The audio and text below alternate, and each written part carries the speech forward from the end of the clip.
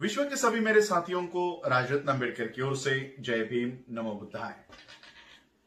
जैसा कि मैंने आप सभी लोगों से कहा था कि हम लोग द बुद्धानिस धम्मा के अलावा डॉक्टर बाबा साहब अम्बेडकर जी के राइटिंग एंड स्पीचेस के वॉल्यूम 17 पार्ट 2 के एक प्रबंध की भी सीरीज बनाएंगे।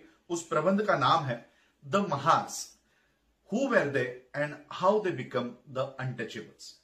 महार वो कौन थे और वो अछूत कैसे बन गए। सिर्फ मैं पढ़ने का काम नहीं कर रहा हूं, क्योंकि ये इंग्लिश में उपलब्ध है। इंटरनेट पे आप लोग doctor Ambedkar writing and speeches search करके वॉल्यूम 17 पार्ट 2 डाउनलोड करके पढ़ सकते हो। पढ़ना एक अलग बात है और समझाना एक बहुत ही डिफिकल्ट टास्क होता है, और इसलिए मैं ये समझाने की कोशिश कर रहा हूं। इसको मैंने हिंदी में अनुवाद किया है और आगे मुझे इसको हिंदी में अनुवाद करते रहना है। तो कोई अगर मुझसे शब्दावली में, जैसे हम लोगों ने बुद्धानिस धम्मा में देखा कि शब्दावली में अगर कोई मिस्टेक हो रही है तो कृपया मुझे माफ कर दीजिएगा। तो चलिए हम इस पेपर को पढ़ते हैं। जहां जहां पर मैं ये शब्द आ रहा है वहां पर अभी राजरत्न अम्बेडकर नहीं होंगे। वहां पर जहां जहां पर मैं ये शब्द आ रहा है वो डॉक्टर बाबा साहब अम्बेडकर कह रहे हैं। तो मैं नहीं चाह रहा कि इस पेपर को अलग तरीके से प्रेजेंट किया जाए। जैसे डॉक्टर बाबा साहब अम्बेडकर लिख रहे हैं मैं वैसे ही इस पेपर को आपके सामने रखने की कोशिश कर रहा हूं। ये पेपर जानने में, समझने में काफी डिफिकल्ट है, इसलिए इसके छोटे छोटे पार्ट्स में मैं आप तक ये पेपर्स समझाऊंगा। तो चलिए इस पेपर को समझने की, सिर्फ पढ़ने की कोशिश नहीं, समझने की कोशिश करते हैं। The Mahars, who were they and how they become the untouchables. मैंने इसका जो हिंदी अनुवाद किया है वो इस प्रकार है। डॉक्टर बाबा साहब अम्बेडकर लिखते हैं, इस प्रबंध में या इस लेख में मैं इन प्रश्नों को उठाने का प्रयास कर रहा हूं और उनका जवाब देने का प्रयास कर रहा हूं जो मेरे मतों के अनुसार, मेरे निर्णयों के अनुसार सबसे उपयुक्त जवाब है। वो सवाल है, डॉक्टर बाबा साहब अम्बेडकर लिख रहे हैं, वो सवाल है महार कौन है। पहला सवाल, महार कौन है। दूसरा सवाल, वो गांव के बाहर क्यों रहते थे। और तीसरा सवाल, उन्हें अछूत के रूप में वर्ग क्यों कर दिया गया। पहला इसका बाबा साहब अम्बेडकर जी ने रोमन में 1 लिखा है, हु आर द महार्स। पहला सवाल, who are the Mahars, Mahar कौन है। श्री विल्सन ने महाराष्ट्र शब्द की उत्पत्ति महार शब्द से की है और यह सुझाव दिया है कि महाराष्ट्र का अर्थ महारों से संबंधित देश होता है।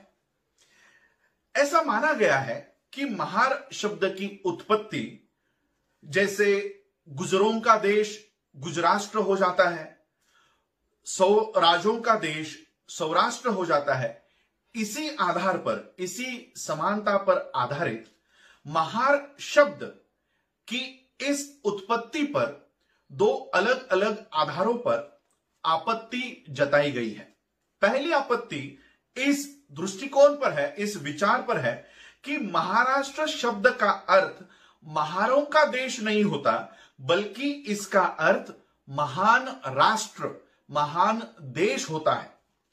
इस आपत्ति को लेकर जो दूसरी आपत्ति उठाई गई है वो इस दृष्टिकोण से संबंधित है, इस दृष्टिकोण पर आधारित है कि वर्तमान में जो महार है, विद्यमान परिस्थिति में जो महार है, उनकी सामाजिक स्थितियों में इतनी गिरावट आ चुकी है, इतनी गिरावट आई है कि यह कभी माना ही नहीं जा सकता कि इतिहास में महार कभी इतने उच्च पद पर आसीन हुए होंगे जो देश के शासक रहे होंगे।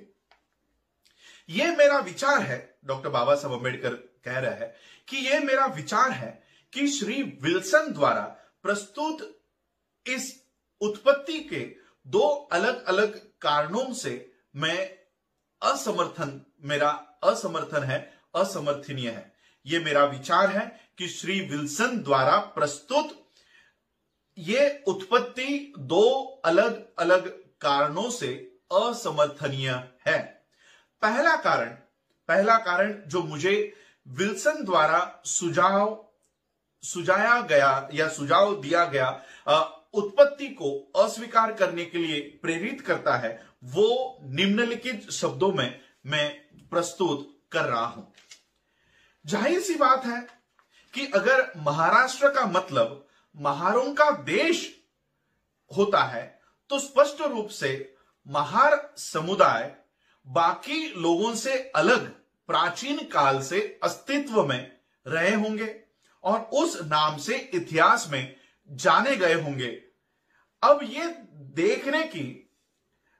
देखने के लिए क्या कोई सबूत है कि महारों को एक समुदाय के रूप में इतिहास में महार नाम से जाना जाता था?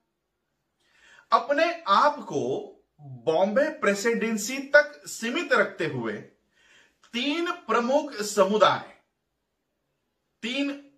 समुदाय जिसमें अछूत वर्ग शामिल है, वो है महार, चमार और मांग। इनमें महार सबसे बड़ा समुदाय है, समूह है। एक असाधारण बात पता चलती है कि इतिहास में चमार और मांग ये विद्यमान समुदाय के तौर पर जाने जाते थे, मगर महार एक समुदाय के तौर पर या महार एक समुदाय के रूप में उनका कहीं उल्लेख मौजूद ही नहीं है।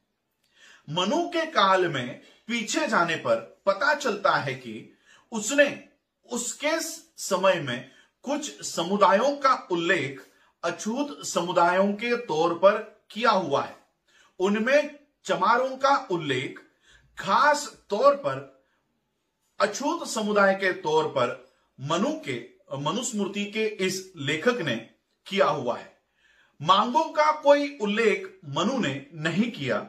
यह इसलिए हो सकता है क्योंकि मांग उस क्षेत्र में नहीं पाए जाते होंगे जो मनुस्मृति के इस लेखक को ज्ञात हो। लेकिन बौद्ध साहित्य में इस बात के पर्याप्त प्रमाण है कि जिन मांगों को मातंगों के रूप में संदर्भित किया गया है, वे एक अलग समुदाय के रूप में अस्तित्व में थे, जो एक ऐसा नाम हुआ करता था जो सभी को पता था, जो सभी को ज्ञात था। लेकिन ना ही मनुस्मृति में और ना ही बौद्ध साहित्य में कहीं पर भी महारों का एक समुदाय के रूप में कहीं भी उल्लेख नहीं है।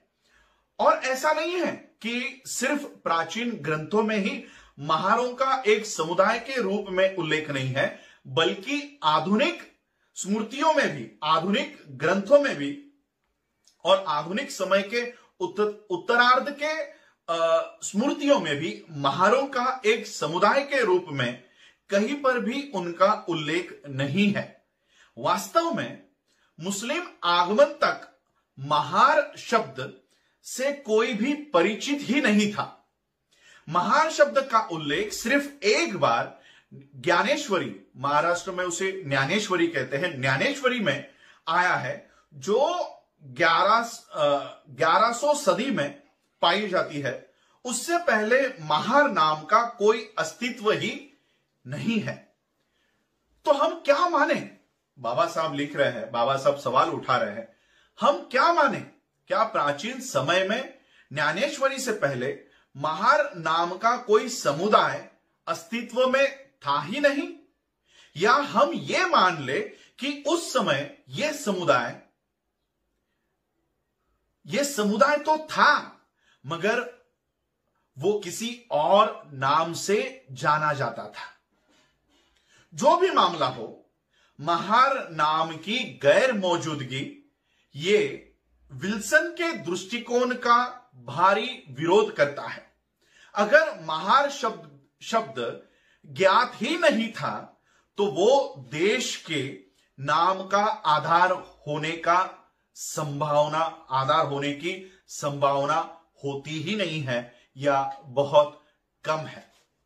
डॉक्टर बाबा साहब अंबेडकर विल्सन द्वारा प्रस्तुत किए गए इस दृष्टिकोण का विरोध करते समय ये पहला कारण डॉक्टर बाबा साहब अंबेडकर यहां पर प्रस्तुत करते हैं। डॉक्टर बाबा साहब अंबेडकर जो दूसरा कारण प्रस्तुत करते हैं वो महाराष्ट्र के मराठाओं को जानने के लिए बहुत ही महत्वपूर्ण है। महाराष्ट्र के साथ साथ देश के चमारों को और यादवों को जानने के लिए बहुत ही महत्वपूर्ण है। वो दूसरा कारण क्या है ये हम देखेंगे अगले एपिसोड में। आप लोगों ने आज मुझे सुना, उसके लिए आप सभी लोगों का आभार, धन्यवाद। जय भीम, जय भारत, जय हिंद।